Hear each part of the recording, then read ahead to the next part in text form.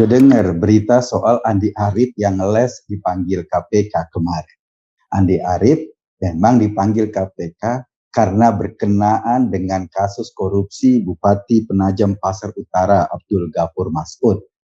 Gua nggak tahu kenapa Andi Arief yang ikut-ikutan dipanggil.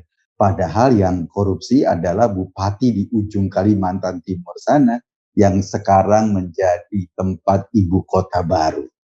Nah, mungkin konstruksinya kayak gini ya. Bupati Penajam Pasar Utara itu yang sudah ditangkap KPK dan dinyatakan sebagai tersangka, itu juga dia sebagai ketua DPC Partai Demokrat Penajam Pasar Utara. Di Penajam Pasar Utara itu bagian dari Kalimantan Timur. Nah, di Kalimantan Timur bakal ada pemilihan ketua DPD Partai Demokrat. Jadi ketua provinsinya. Kabarnya Bupati ini nih, Abdul Ghafur Mas'ud mau naik jadi ketua DPD Partai Demokrat. Untuk naik jadi ketua DPD ternyata mungkin nggak murah biaya.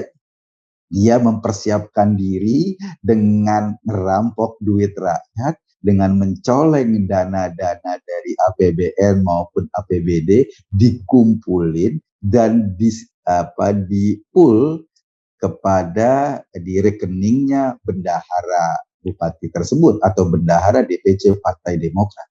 Yang menarik, bendaharanya masih 24 tahun, masih muda, namanya Nur Afifah Bilqis. Dan sekarang Nur Afifah Bilqis ini juga jadi tersangka dan Partai Demokrat memecahkan rekor sebagai tersangka koruptor termuda. Ini rekor yang paling luar biasa oleh Partai Demokrat. Untuk menjadi ketua DPD, dia ngumpulin duit dan duitnya dikumpulin oleh tadi Nur Afifah Bilqis agar apa? Agar mungkin bisa beli suara. Mungkin bisa menjalankan aktivitas-aktivitasnya sebagai kader partai untuk menarik simpatisan yang lain agar dia terpilih jadi ketua DPD. Lalu apa hubungannya sama Andi Arief? Andi Arief adalah ketua Badan Pemenangan Pemilu Partai Demokrat. Gua kalau inget konstruksi kasusnya kayak gini, ingat dulu ketika Ketua Umum Partai Demokrat Anas Urbaningrum mau naik jadi Ketua Umum Partai Demokrat. Waktu itu kalau nggak salah, Najarudin juga dimintakan untuk ngumpulin duit dari mana-mana, mencoleng dari mana-mana, yang duitnya digunakan untuk pemenangan Anas Urbaningrum sebagai Ketua Umum Partai Demokrat. Rupanya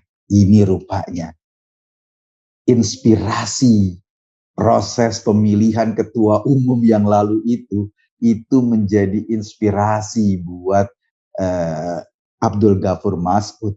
Dia mau meniru kesuksesan senior-seniornya di pusat dan cara-cara itu yang dia lakukan.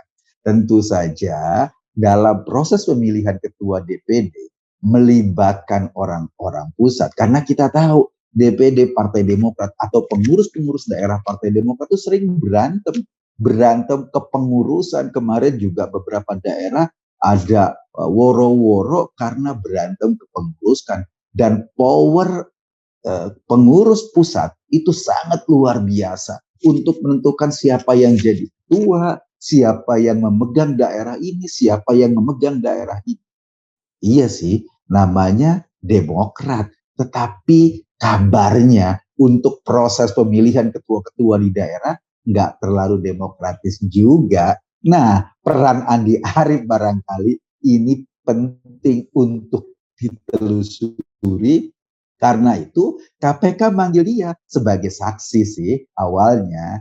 Ketika KPK manggil dan surat pemanggilan sudah disampaikan ke rumahnya Andi Arief ngeles. Dia bilang KPK sebar hoax karena selama ini dia tidak pernah menerima surat panggilan tersebut.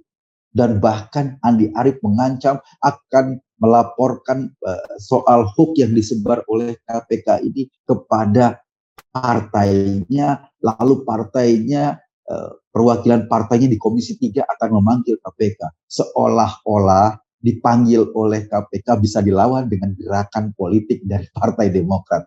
lucu-lucuan sih emang. Terserah Andi Arief mau ngomong sama partainya kek, mau ngumpet di belakang Pak SBY kek, mau ngumpet di belakang Agus Yudhoyono kek. Kalau memang negara membutuhkan dia untuk dimintakan informasi, mestinya dia datang. Itu kalau dia mau bertindak sebagai warga negara yang baik.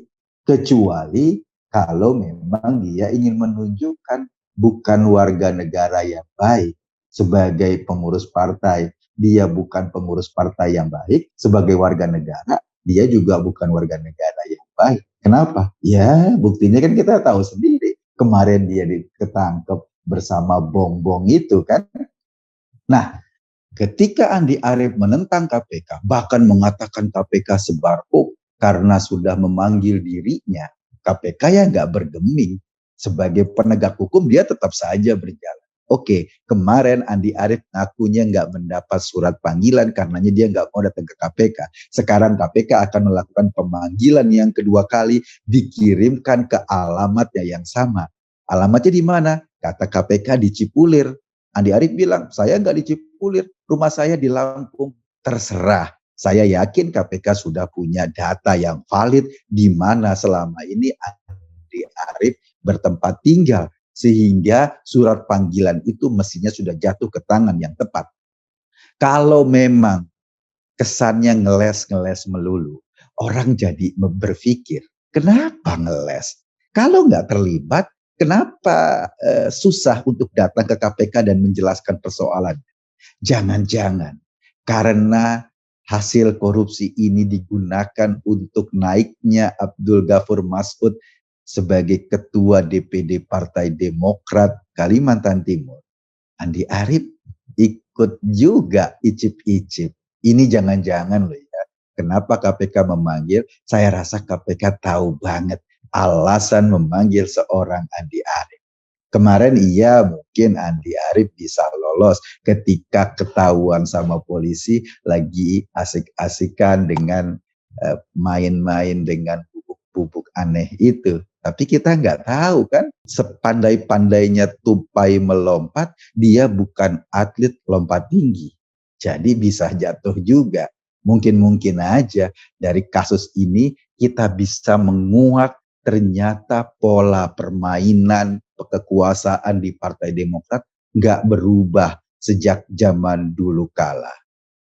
Andi Arief, saya sarankan datanginlah KPK, berikan keterangan yang baik sehingga orang melihat bahwa sebagai petinggi partai, Anda ingin membersihkan nama partai Anda dari kader-kadernya yang rusak. Tetapi kalau dengan caranya ngeles-ngeles kayak gini, kok kita jadi aneh ngelihatnya. Jangan-jangan emang begini pola yang dilakukan oleh tokoh-tokoh Partai Demokrat untuk meraih kekuasaan. Ya kan? Jadi rusak semuanya kan? Saya Eko Kuntadi hanya mengajak Anda berpikir. Kesimpulannya ya terserah Anda. Terima kasih.